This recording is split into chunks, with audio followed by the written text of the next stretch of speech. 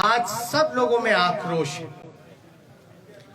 आक्रोश इस बात का, धन बल छल, धन बल छल। एक तरफ देश के प्रधानमंत्री, बहुत ही शक्तिशाली प्रधानमंत्री, और एक बिहार के मुख्यमंत्री, तमाम पूंजीपति एक तरफ रहे, जोड़ भाग गुना सब कुछ करने के बावजूद भी इस 31 साल के नौजवान को रोकने में नाकाम रहे। तब जाकर के जो बीजेपी का जो प्रकोष्ठ है, आप प्रकोष्ठ भली भांति समझ सकते हैं कि बीजेपी का प्रकोष्ठ कौन है। बीजेपी के प्रकोष्ठ ने जोड़ भाग गुना सब कुछ किया, फिर भी राष्ट्रीय जनता दल को सिंगल लार्जेस्ट पार्टी होने से रोक नहीं पाई। और महागठबंधन के सभी साथियों ने एकजुट होकर के हम लोगों ने मुद्दे की चुनाव पर हम लोग चुनाव लड़ने का काम किया। और आप जानते हैं कि ये मुद्दा, कुछ लोगों ने असमर्थता जताई कि नौकरी नहीं दी जा सकती, जो कि डबल इंजन का चेहरा है। जो लोग बड़े बड़े दावे करते थे कि चेहरे का कमाल है कि राष्ट्रीय जनता दल को हमने कहां से कहां पहुंचा दिया, आज देखिए उनका चेहरा तीसरी नंबर पे चले गए। तीसरी नंबर पर नीतीश कुमार जी, साफ तौर पे ये समझ लें, भाजपा के लोग साफ तौर पे ये समझ लें, ये जो जनादेश है ये बदलाव का जनादेश है।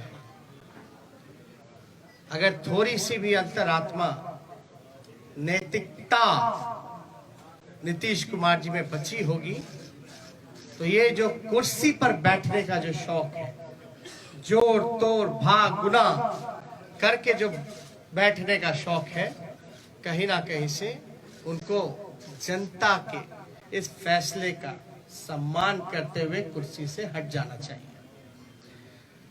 और कुछ लोग भले ही कुर्सी पर बैठे, लेकिन महागठबंधन और हम लोग जनता के दिलों में बैठे हुए हैं।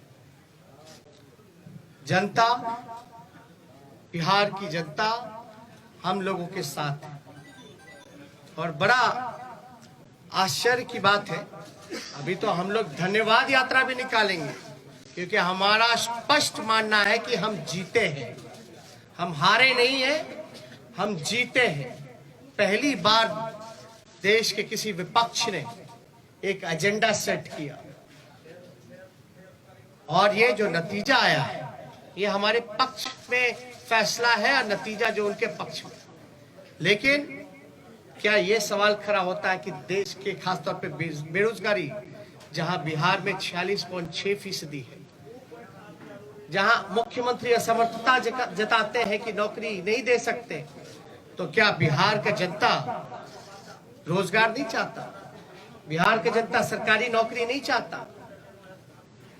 ये सवाल खड़ा करता है।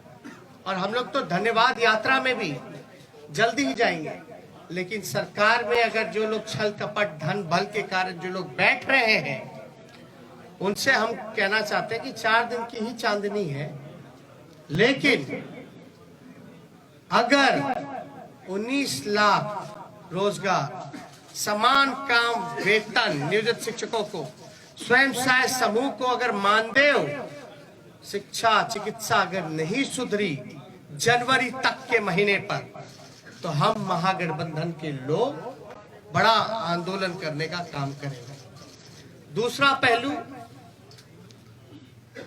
कुछ लोग बड़ा कहेंगे कि हार गए तो लोग रो रहे। नहीं, हम लोग रोने वाले लोग नहीं हैं, हम लोग संघर्ष करने वाले लोग, जनता के बीच रहने वाले लोग, सबको साथ लेकर के चलते हैं। जहां भी रहेंगे जनता की आवाज को बुलंदी से उठाते रहेंगे। लेकिन आप सब लोग देखिएगा कि आखिर कहां जोर तोड़ भाग गुना हुआ। तो कुछ सवाल है, हम आपको counting of postal ballot papers की प्रक्रिया बता दें। काउंटिंग पोस्टल बैलेट में एक दिन पहले ही राष्ट्रीय जनता दल के पेज से एक वीडियो जो है एक जारी किया गया था, ठीक चुनाव से पहले। उस वीडियो में साफ तौर पे दिखाया था कि रात के अंधेरे में आरा में रात के अंधेरे में एक गाड़ी निकली, उस गाड़ी में पोस्टल बैलेट के बक्से निकले। चुनाव आयोग बताए कि रात में कोई भी ट्रांसपोर्टेशन चुनाव के वोट बक्से कोई इधर से उधर ले जाया जा सकता है, नहीं ले जाया। और अगर आप इन्हीं के लॉस की बात करें इलेक्शन कमीशन का कि क्या प्रोसीजर होना चाहिए, counting of postal ballets paper 15.15.4 इनका पॉइंट है, उन्हीं का इलेक्शन कमीशन का। As per the requirement of Rule 54A of CE Rules 1961, the postal ballot shall be taken up for counting first at the returning officer's table. मतलब postal ballot की गिनती जो है उसकी प्रक्रिया पहले होनी चाहिए, साफ तौर पे इसमें लिखा है।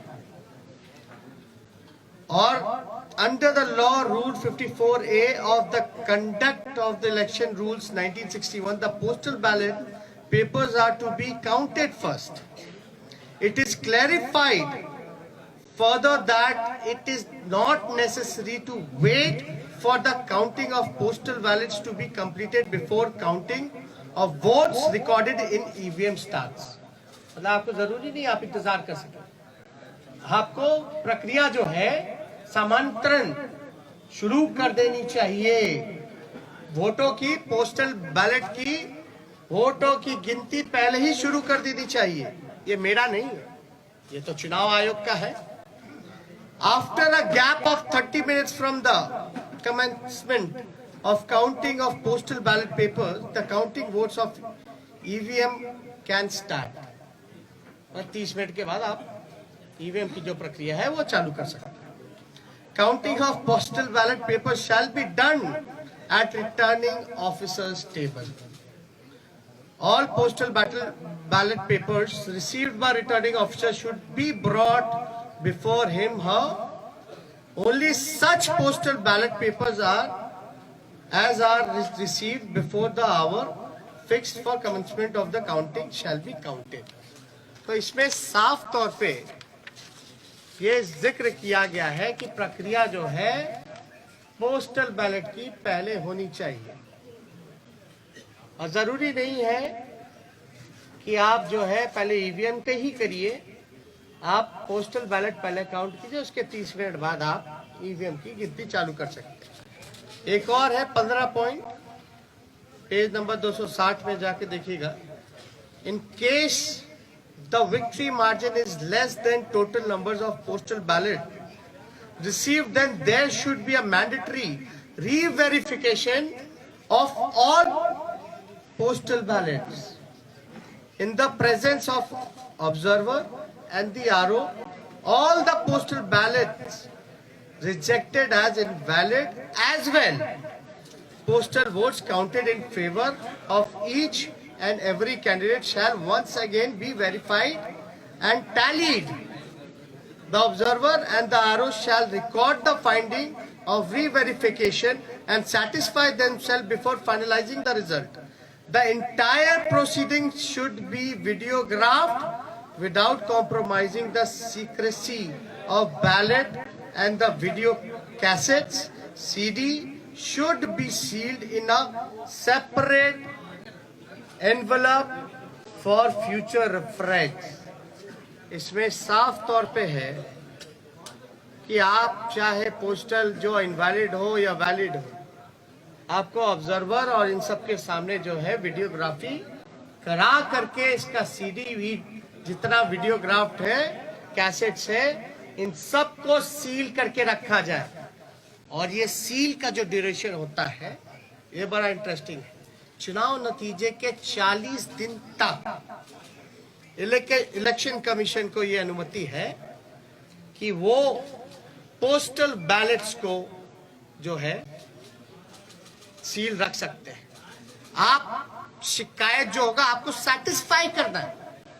You have to satisfy all the candidates whether if they have doubts, because ये इलेक्शन कमीशन की ड्यूटी है।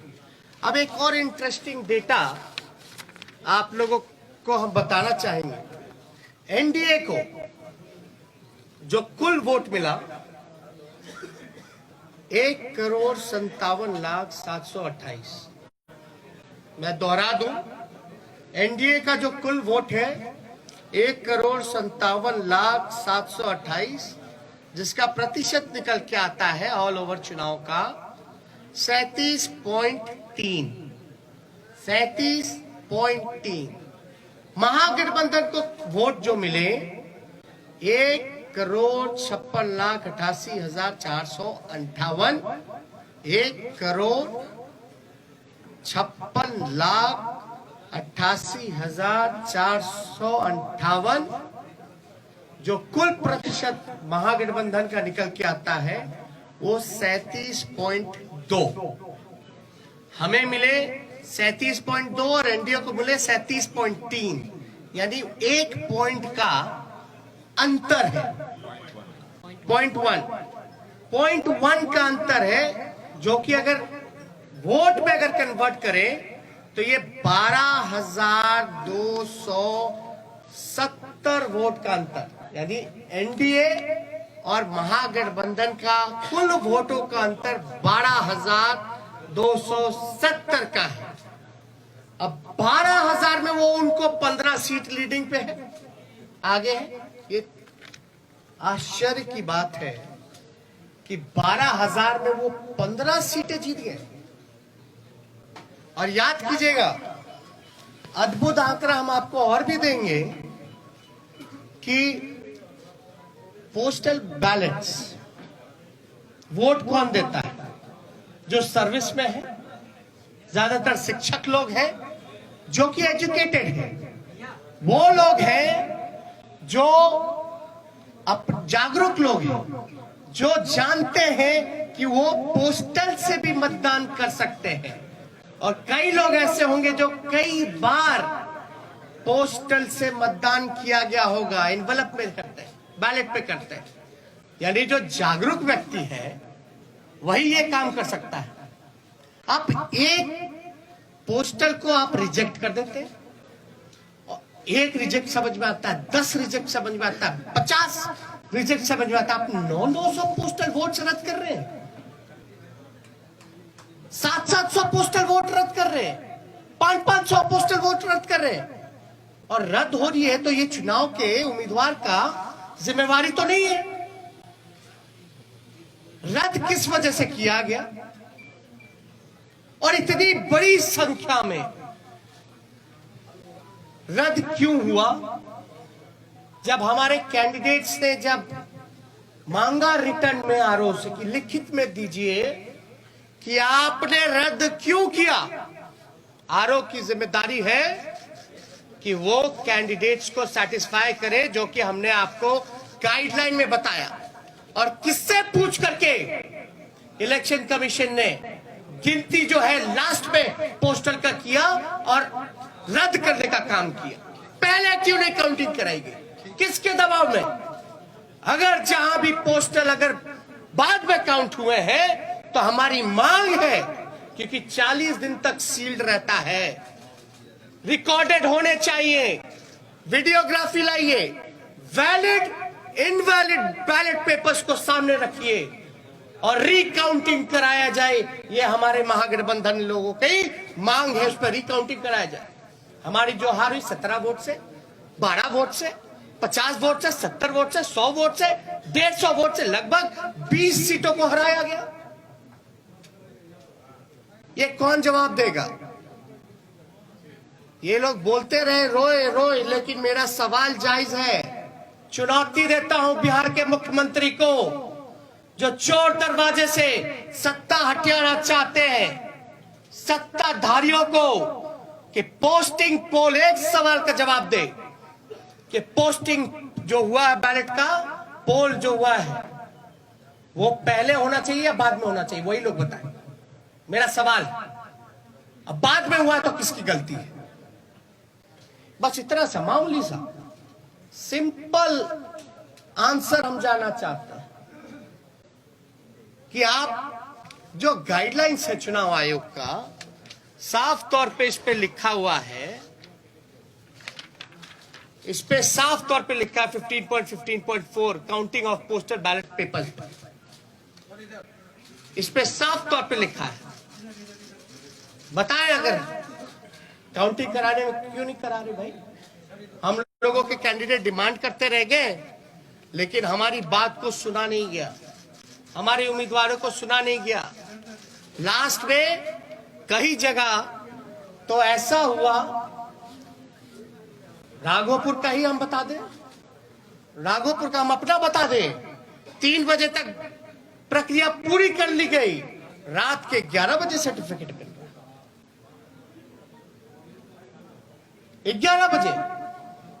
मेरा तो 37,000 का डिफरेंस था, लेकिन जहां कम मार्जिन, जहां हम जीत रहे थे, वहां पोस्टल बैलेट 900 संख्या में। तो आप कराते क्यों भैया? जब रद्द ही करना है तो पोस्टल पे काउंट ही मत कर, वोट ही मत कराइए। अगर पोस्टल का अगर कोई वैल्यू नहीं है, रद्द ही करना है, तो आप वोट क्यों कराते हैं? काउंटिंग प्रक्रिया में क्यों जोड़ते हैं? या तो रिकाउंटिंग कराइए, आपके पास तो पूरा दस्तावेज, सब दूध का दूध, पानी का पानी हो जाएगा, पता चल जाएगा कौन किसके दबाव में काम कर रहा है, किसके इशारे पे काम कर रहा है। तो ये कई जगह तो सर्टिफिकेट दे करके छीनने का प्रयास किया गया। अब आप बताइए, हम सबूत कहां से लाए? ना मोबाइल ले जाने दिया जाता है, मोबाइल ले जाने दिया जाता तो सब पता चल जाता, ना किसी को प्रवेश किया करने दिया जाता है। हमको तो छोड़ दिए, मीडिया के लोगों को भी प्रवेश नहीं करने दिया जाता है, और लोग कह रहे हैं कि सबूत ला। कहां से लाए सबूत? सबूत तो वहीं से आएगा ना जब आप इसकी रिकॉर्डिंग निकालिएगा, सीसीटीवी की, वीडियोग्राफी की। बैलेट इनवैलिड जो क्यों निकाल के दिखाओ ना जनता को। क्या जिनका रद्द किया गया वोट, क्या तो आप वोटर मानते ही नहीं है? अगर रद्द हुआ तो क्या प्रक्रिया है कि वो फिर से पुनः मतदान करे? चुनाव आयोग के लिए तो एक एक वोट का महत्व है ना। लोकतंत्र में आप 900 वोट पोस्टल बैलेट का रद्द कर दीजिएगा एक कॉन्स्टिट्यूएंसी में, और वो भी एजुकेटेड जागरूक वोटर्स का, जो सर्विस में है, उनके वोट के मान नहीं होगा, तो भाई सवाल तो बनता है। क्योंकि ये लोकतंत्र बचाने की लड़ाई है, और लोकतंत्र कैसे बचे? और एक वोट से हार भी होती है, जीत भी होती है, लेकिन आप देख रहे होंगे ना, चेहरे का चमक कहां चला गया? तीसरे नंबर पर। अब तक सामने नहीं आए, फिर क्वारंटाइन हो गया, फिर क्वारंटाइन हो गया। अरे भैया, अंतरात्मा जगाइए, नैतिकता, सिद्धांत, नीति, विचार सब धूमिल आपने कर लिया। अब आपने तो खुद कहा संन्यास लेने की बात, संन्यास लेने का काम कर रहे हैं तो कम से कम आखिरी के क्षण दिनों में काली अपने मुंह पे मत पुतवा करके जाइए। काली अपने मुंह पर या जनता का हाय लेकर के अपने राजनीतिक सफर का अंत मत कीजिए नीतीश जी, अंतरात्मा जगाइए।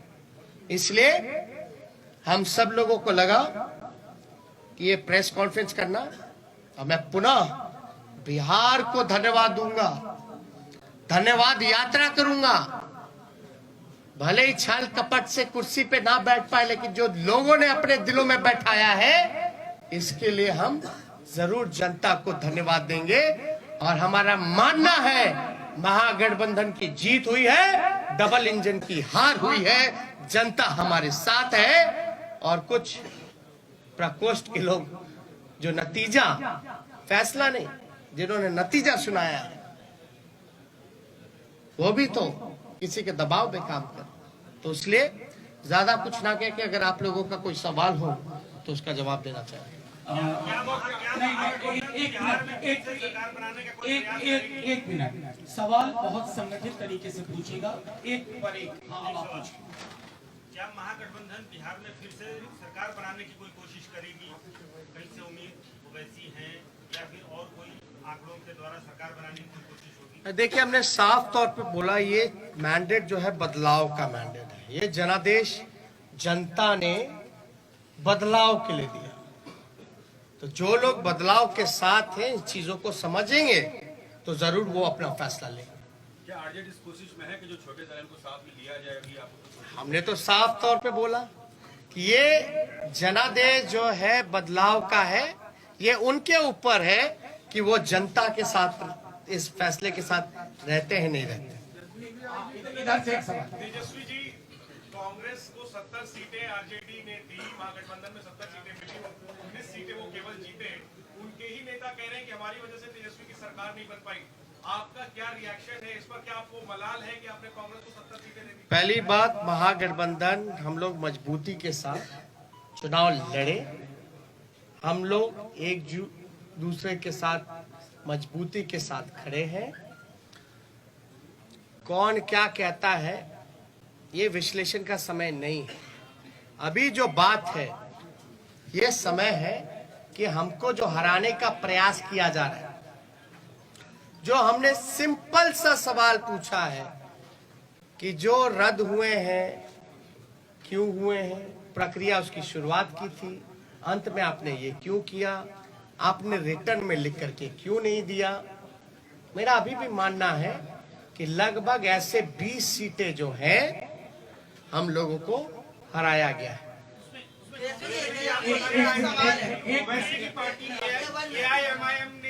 मिनट सुनिए, एक मिनट, उनका वह सवाल है, एक साथ पूछे ना।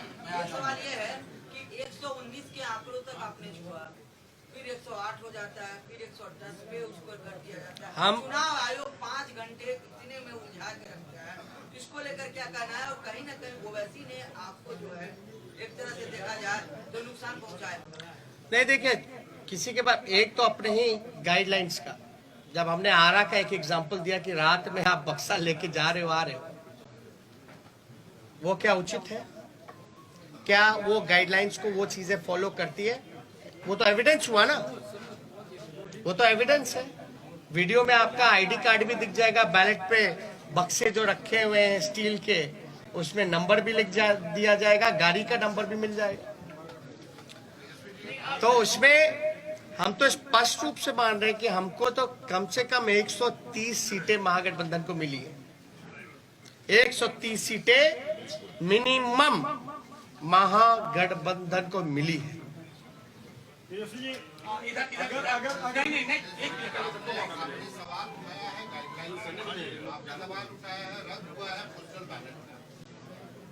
गठबंधन आज की तारीख में जब सरकार नहीं बनी है बिहार में, तब फॉर्मल नहीं हुआ है।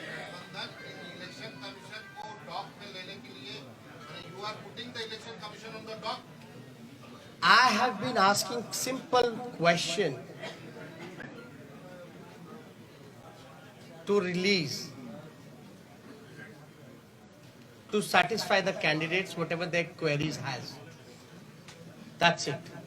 If they will not satisfy the candidates, then we might go to the court. Sir, आपको लगता है कि ओवैसी पार्टी एआईएमआईएम ने आपको बड़ा नुकसान पहुंचाया है, खासकर अगर सीमांचल की बात करें? और क्या महिला मतदाताओं का रुझान इस बार भी आपके पक्ष में नहीं आया है क्या? ये बहुत ही अच्छा सवाल। हम तो कह रहे हैं हम 130 सीट जीते हुए हैं, हम तो बहुमत में आ गए, हम तो बोल रहे हैं कहां नुकसान पहुंचाया। दूसरी बात, साइलेंट वोटर्स, ये साइलेंट वोटर्स है कि इनविजिबल वोटर्स है? और साइलेंट वोटर क्या बोल रहा है? आप लोगों को कौन बोल दिया कि साइलेंट वोटर ने एनडीए को वोट दिया? हम तो जानना चाहते हैं। तब तो साइलेंट वोटर रहा ही नहीं ना। जब प्रधानमंत्री जी साइलेंट वोटर का जिक्र कर रहे हैं, उनके पर तो लोग बड़ा वोकल होते थे, अब साइलेंट हो गए। और साइलेंट हो गए तो प्रधानमंत्री जी को कान में जाके बोल दिया गया। जब बोल ही दिया तो साइलेंट कहां रह गए? ये साइलेंट वोटर थे ही नहीं। ये साइलेंट वही है जो इनविजिबल वोटर है, जो कि बीजेपी के प्रकोष्ठ है।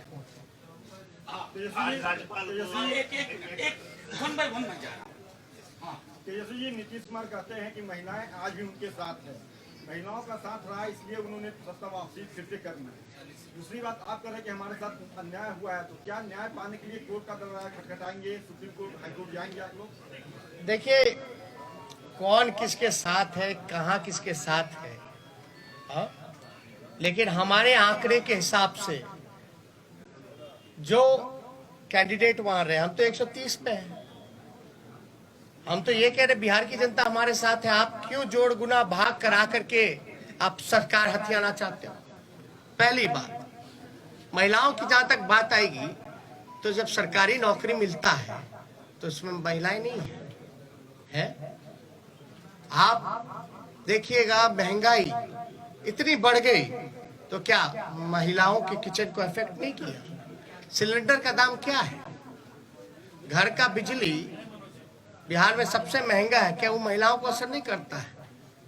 ये महिला को अगर पहले नुकसान होता था अगर शराब का, घर का पैसे का, तो 200 रुपए का, आज नीतीश कुमार जी की वजह से जो ब्लैक मार्केट बन गया है, वही 200 रुपए से ज्यादा 500 रुपए का घाटा हो रहा है महिलाओं को। तो कहां से उनके साथ महिलाएं भाई? ये सब केवल एक स्क्रिप्टेड प्रोपेगेंडा चलाया गया है, और जो कि इस इलेक्शन में ये जितने स्क्रिप्टेड प्रोपेगेंडा चलाने की कोशिश की गई, अरे आपने तो देखा इस चुनाव में इतने शक्तिशाली पीएम हो, मुख्यमंत्री हो, अब शब्द भी मेरे को कहा, मेरे परिवार को कहा, फिर भी हम आशीर्वचन के तौर पे हमने चुनाव लड़ा। तो कहां से आपका? देखिए सिंपल, मैं तो सत्ता में बैठे लोगों से भी पूछना चाहता हूं कि आप बताइए प्रोसीजर क्या है पोस्टल का? गिनती की क्या प्रक्रिया है? क्या वो फॉलो हुई है, नहीं हुई है? अगर हुई नहीं हुई, जो भी छोड़िए अलग बात, या हमारे जो उम्मीदवार रहे, अगर वो कोई क्वेरी इलेक्शन कमीशन को उस समय पूछ रहे थे तो उसमें इनकार क्यों किया गया? लिखित तौर पे क्यों नहीं दिया गया?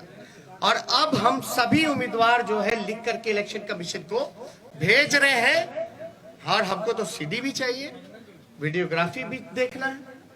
इससे पहले कि मैं अगला सवाल तेजस्वी जी के लिए लूं, मैं एक चीज और उसमें जोड़ देना चाहता हूं। इस बार सबसे बड़ा पोस्टल बैलेट का आधार था नियोजित शिक्षकों की। बिहार सरकार और उसकी मुखिया को मालूम था कि ये पूरी की पूरी नियोजित शिक्षकों का समुदाय शिफ्ट कर गया है, इसलिए इनवैलिड करने की कोशिश हुई, और वो सब चीजें हम एविडेंस के तौर पर मांगेंगे और इनके जीते हुए लोग हारेंगे।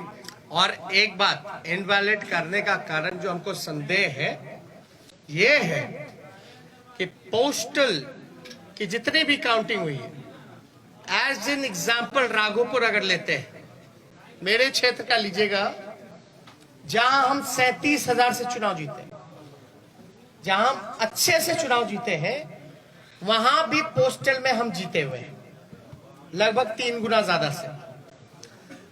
एक एग्जाम्पल अगर रूनी सैदपुर का लीजिएगा, सीतामढ़ी का, तो वहां लगभग जो है 15 से 20,000 वोटों से हारे हैं, 25,000 से हारे हैं। लेकिन वो हारे हुए 15 से 20,000 क्षेत्रों में भी पोस्टल में एक तरफा हम लोग लीडिंग किए। यानी पोस्टल में जो मनोज झा जी ने कहा कि ज्यादातर पढ़े लिखे लोग शिक्षकों का, नियोजित शिक्षकों का रहा है, जिन मुद्दों के साथ हम समान काम समान वेतन दिलाने की जो बात कही थी, हमारे पक्ष में वो वोट मिले जिसको रद्द किया गया। और ध्यान से, सहारा वाला भी पोस्टल बैलेट का ही बक्सा था रात का, तो एक जगह का पकड़ाया, लेकिन रात के अंधेरे में क्या क्या खेल हुआ, ये तो आंकड़ा जो है हम लोग डिमांड कर रहे हैं आयोग से। एक आखिरी सवाल।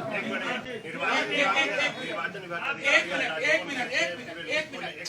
अरे नहीं ऐसे वो हाथ पहले से राजभवन गए थे और उनसे जब सवाल किया गया कि विपक्ष जो आरोप लगा रहा है उस पर क्या कहना है उनका, उन्होंने कहा कि हमने विपक्ष को कहा है। अरे भैया भाई सुनिए, समझ गए आप। एक मिनट, गवर्नर चुनाव लड़ रहे थे क्या?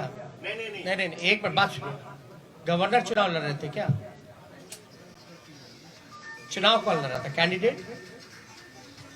इस गाइडलाइन में क्या लिखा है इलेक्शन कमीशन का? किसको सेटिस्फाई करता है, गवर्नर को कि कैंडिडेट को? क्या सीडी दिखाए क्या? दे मीडिया को दे दे। अरे मीडिया को दे दे, सब देखे ना। Thank you. आपने चिन्हित किए जिसमें गड़बड़ी की गई है, उसमें आपकी कितनी है और कांग्रेस की कितनी है? वो लिस्ट हम लोग दे देंगे, उसमें कोई वो नहीं है। अगर आप चाहते हैं गरीब हर वंचित इंसान की आवाज आप तक पहुंचे तो हमारे चैनल को सब्सक्राइब करें और बेल आइकन का बटन दबाना ना भूलें। देखते रहिए बहुजन हलचल न्यूज।